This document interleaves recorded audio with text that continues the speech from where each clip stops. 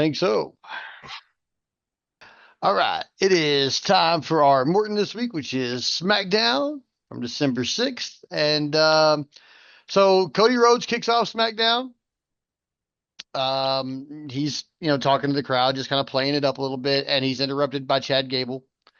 And Chad Gable, the reason I mentioned this is because I liked it, but it's because Chad Gable's talking all this smack to Cody, and Cody's like, wait a minute. You want to, because he was talking about like how our pasts inform our future. And he's like, if your past informs your future, aren't you Shorty G? Yeah, and you Ooh. were Stardust, so I Yeah, mean, he's like, but you're looking at Stardust, so I know all about this. So he definitely copped to the Stardust thing. Um, which is weird that they brought up either of those characters. yeah, I uh, thought I thought one of the major provisos that was that Cody that nobody ever bring up Stardust. Maybe the exception is when he brings it up himself. I guess so. I guess so. Yeah. But that they got pissed off at each other, and Chad Gable said, if I wasn't wearing this suit, I'd whoop your ass, and Cody Rhodes said, you know what? How about you put on your boots and let's see how this goes. So they have a match later. Um, Always then have we your gear. right, and then we have I'm pretty sure our next IC title three-way match, or it might be maybe it's a US title. I'm oh no, okay, this is a US title match. Sorry, I was looking through my notes trying to figure out which one it was. So all these matches are the same, so it's getting a little confusing. But we've got Naomi versus Tiffany Stratton versus Elektra Lopez. And this is one of those ones where I can't call it. Like maybe it's Naomi, maybe it's Tiffany. So I'm in it. It was a little short. A lot of the women's matches this week are a little short. But it was a really good match. They had some good chemistry between everybody. Candice LeRae eventually came out and tried to distract Naomi. Stratton kind of threw her out on like she distracted Naomi. Stratton then threw Naomi out of the ring and hit a moonsault on Lopez for the win. Um, at first, I couldn't call it, but then Tiffany Stratton came out. They said she was from Minnesota. This is where we're in Minnesota this week, and she was wearing Vikings colors. And I was like, oh, she's catching the Yeah. dub. This is not the previous regime where Vince would have buried her simply because. But yeah, simply, yeah, exactly. So she caught the dub in her hometown, and she advances in the Good for her. tournament, which is going to be crazy. What happens if she's the U.S. champion and Money in the Bank? I mean, last person to do that was The Miz. Hmm, I mean, he lost the U.S. title before he cashed in, that's true. but he did have them both. And at one point, I think, if I'm remembering correctly, he was Mr. Money in the Bank and U.S. title holder and tag team champion all at the same time with Hmm. Show. So, like, when they want to push somebody to the moon, they will. Right. So after that, Jade came across Piper Niven and Chelsea Green in the back. She accused Piper of maybe being the one to take out Jade, and then Piper kicked her in her taped up ribs and set up a match for later. So then we get Bianca versus Piper, and Bianca sold the taped up ribs pretty much the whole time, and Piper was being appropriately brutal. Chelsea Green tried to interfere, but she got drug into the ring and then busted ribs and all. She shouldered Piper and gave her the KOD on to Chelsea Green and picked up the win. Um, That's impressive. it was a pretty impressive ending, and her and Piper worked really well together. Like this was probably the better of the women's matches of the night for sure. Yeah. Okay. Uh, Bianca's Cool. pretty stellar anyway, but her and Piper have a really good chemistry, like a really I good, like I like them both. I remember seeing yeah. them both in.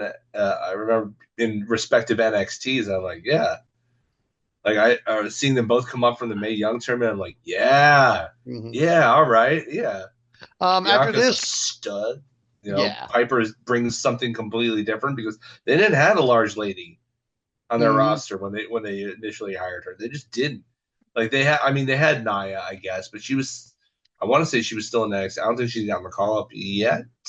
Yeah. But like, you know, only having one is a bad look anyway. So like, you know, Right. So right after this, we cut to backstage, and the Street Profits, who were supposed to fight Motor City Machine Guns for the tag titles tonight, are attacked, and they're very hurt, and they're being rushed to the hospital. Oh. Um, Johnny Gargano comes directly to Nick Aldis and says, "Hey, we DIY can take their spots tonight." Um, and the Motor City Machine Guns show up and they agree to it, so it's now going to be DIY versus the Machine Guns for the titles. Um, all this tells DIY Johnny to keep Tommaso in check. Mm. So we'll see how that all goes. Mm. So then we go right into Motor City Machine Guns versus DIY. Actually, hold on. We had okay, so then we had like then Shinsuke came to the ring with his title. He just won the U.S. title. And LA Knight came out before he could speak. They were about to fight, but then Andrade came out and said he wanted his shot at Nakamura. And then Tama Tonga and Jacob Fatu showed up and beat up LA Knight and Andrade. But they left Nakamura alone because he was like dripping black liquid out of his mouth. I don't know what's going on here. I mean, I know they're trying to do a great Kabuki thing with him, but like, Yeah, this whole thing was kind of I so ridiculous. I just don't know. I just don't know what to say about it. Yeah. So that was the kind of segue to get us into the tag team championship match somehow. Um, so then we've got DIY versus Motor City Machine Guns. Um, they went right after him. And so basically, Ciampa like inadvertently kicked Gargano off the apron and then found himself kind of overwhelmed. Um, then Johnny Gargano got back up and him and Ciampa were arguing because he had kicked him off the apron and it looked like he was going to leave. But then he tried to come in with a chair and the ref got distracted by Johnny Gargano trying to come in with a chair. Then while the ref was distracted, I'm sorry, Ciampa tried to come in the ring with a chair because he was overwhelmed. Then while the ref was distracted, Gargano hit Shelley with a low blow. mm. And then he super kicked him. Ciampa took the tag. They hit their finisher and they win the tag team titles. So full heel DIY. They're not breaking them up so they can fight each other. We're getting full heel DIY just like we now have full heel New Day.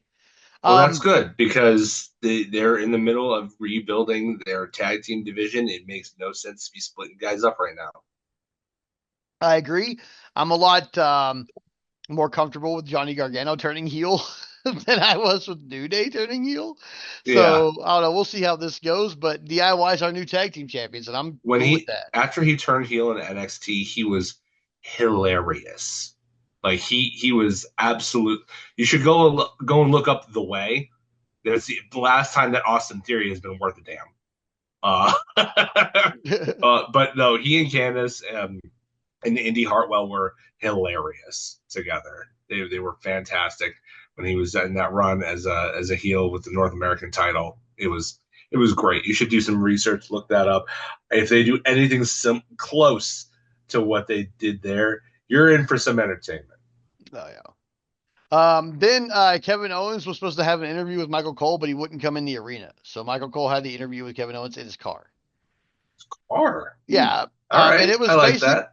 it was basically the same thing that Kevin Owens has been saying for the last few weeks about and Michael Cole was trying to play the devil's advocate and tell, act like Cody's right and Kevin Owens is just being delusional and all this stuff. But everything Kevin Owens is saying is true. Yeah. So I'm not sure There's always why that I'm rooting there's for the always bad that guy, but I am. disconnect. There's Yeah. always that disconnect in WWE. And it comes down to the people who are booking it are bad people. And So they sympathize with bad people. And their baby faces are bad people. So like John Cena, not a good guy, really. Like look at what he did to poor Zach. Like Zack Ryder, like he openly made out with his girlfriend, and then the next week called her a hoe. Like yeah. it's like you were the one who was swapping spit with her, broski. So like, and then he did absolutely nothing when Kane, threw him off the stage while he was in a wheelchair and a neck brace. Like John Cena's not a good person. And the reason that he wasn't a good person is because they were booking him like a babyface, like a heel would book babyface, somebody they would consider a babyface, which is a heel. And WWE has always had that problem ever since the Attitude Era. I That's mean, true. even Hulk Hogan wrestled kind of like a heel. He would rake backs, and he got really upset when Sid Justice eliminated him and all this other stuff. Like he was kind of a whiny bitch. Like he was a big muscly whiny bitch. So, but I mean, there's always been a babyface problem in WWE at the top. Like it doesn't surprise me that the way they're playing devil's advocate is to be, oh, you're is to gaslight Kevin Owens, Yeah. because that's what bad people do. They gaslight people, So but they have think they're the good guys. yeah. I'm rooting for Kevin Owens in this one. I don't know who I'm supposed to root for. I think it's Kevin Owens. Um, so after that, then we had our main event, which is Chad Gable versus Cody Rhodes, because of course Cody Rhodes is in the main. Oh yeah, They had a pretty basic match. Cody Rhodes kind of gave him a pretty good shellacking though. I mean, Gable is good, but I mean they're like doing amateur holds back and forth, like showing off their prowess or whatever. And yeah, but I mean, technically, it was the best thing on the show, but it was just, I mean, we knew Cody Rhodes was going to win. yeah, So he hit his finisher and won, and then, but Gable still looked strong. But then Kevin Owens showed up, immediately goes after, Cody Rhodes, and they brawl off the air while people are trying to separate them. Typical brawl out ending. yeah, So it was a good match. I really think that the women's match, the Bianca match, and the Piper match, Bianca and Piper, they stole the show for sure as yeah, far as like wrestling, like an entertaining wrestling match. But other than that, everything was pretty good. The only thing I really wasn't a fan of particularly was um the replays of the injuries, because they replayed in slow mode and picked the angle that showed it the best and all that. And sometimes it's really hard to watch, man. And in this case, with the broken toe on, because Jay, like you could see that like obvious broken toe. Bronson Reed, you could see obvious broken foot. Like it was bad. yeah, Like, ugh, and like, so stop, don't replay it so much, guys. Like, let us know what happened and just be like, yeah, maybe it happened in this match. You don't have to show us where exactly.